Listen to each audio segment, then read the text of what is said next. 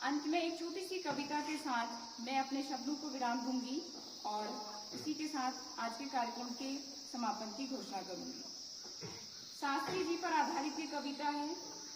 ऐसा देखा जाता है कि वे कद से छोटे थे, लेकिन उनके विचार और उनकी जो धारणा थी वो बड़ी मजबूत और सशक्त थी।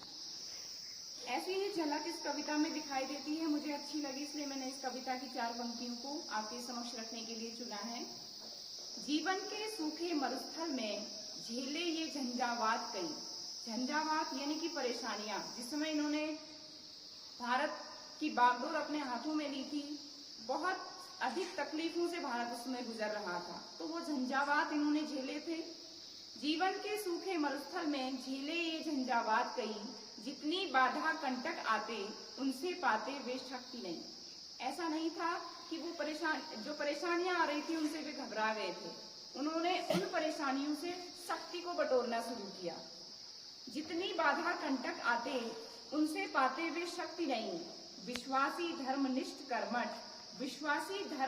कर्मठ निज देश प्रेम से ओतप्रोत। मन में एक ही जुनून था, देश प्रेम से ओतप्रोत थे, भरे हुए थे, और कोई भी बाधा आती, कोई भी मुसीबत आती तो हंसकर उस बाधा को झेल जाते थे। सामर्थ्य हिमालय से ऊंची, मन में जलती थी ज्ञान ज्योत।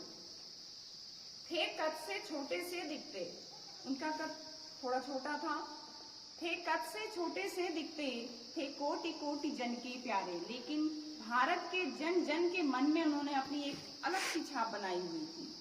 थे कद से छोटे से दिखते, थे कोटि कोटि जन के प्यारे, थे लाल बहादुर शास्त्री वे इस धरती के रखवारे। भारत माँ की सच्चे सपूत के रूप में उन्हें आज भी स्मरण किया जाता है और माना जाता है कि वे इस धरती के एक सच्चे रखवाले थे। उनके ही दृढ़ अनुशासन से वह पाक हिंद से हारा था। 1965 की जो लड़ाई हुई थी पाकिस्तान के साथ, उस युद्ध में भारत ने पाकिस्तान को हराया था, और उस समय हमारे देश की बागडोर इनके हाथों में थी। उनके ही दृढ़ अनुशासन से वह पाक हिंद से हारा था। जय जवान और जय किसान, यह उनका ही तो नारा था, और उसी समय उन्होंने जय जवान और जय किसान का नारा दिया था। गए ताशकंद में शांति हेतु चिर शांति वहीं पर प्राप्त हुई। जब भारत और पाकिस्तान का युद्ध चल रहा था तो उसके बाद एक समझौते की बात हुई थी, शायद 1966 में ताशकंद समझौता हुआ था, और उस समझौते के लिए वो ताशकंद में गए हुए थे। और संधि पत्र जो भारत और पाकिस्तान के बीच होना था, उस समय पाकिस्तान के जो प्रधानमंत्री थे अयूब खान, उनके और लाल बहादुर शास्त्री जी के बीच में एक संधि पत्र था। उस संधि पत्र में शास्त्री जी ने हस्ताक्षर भी कर दिए थे, लेकिन हमारा दुर्भाग्य कि उसी शाम शास्त्री जी का देहांत हो गया। और क्या कारण रहे ये हम आज भी नहीं समझ पाते हैं स्पष्ट रूप से, लेकिन भारत माँ ने अपने एक सच्चे सपूत को खो दिया था।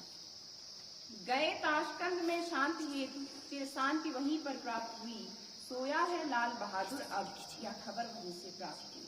और उन्होंने अंतिम सांस ताशकंद की धरती पर ही ली, और जो संधि पत्र पर उन्होंने हस्ताक्षर किए थे वह उनके आखिरी हस्ताक्षर थे।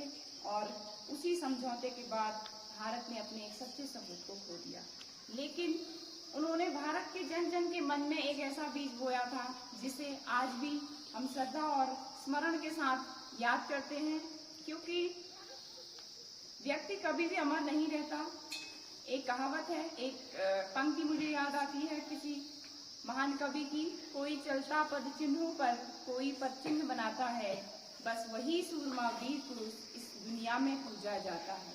यानी कि कोई पद चिन्हों पर चलते हैं, लेकिन कोई पद चिन्ह बनाते हैं। पद चिन्ह अर्थात उनके द्वारा किए गए अच्छे कार्य इस दुनिया में पूजे जाते हैं। आज भी अगर हम राष्ट्रपिता और लाल बहादुर शास्त्री जी को याद करते हैं तो निश्चित रूप से उनके द्वारा किए गए महान कार्य और भारत माँ के लिए उन्होंने जो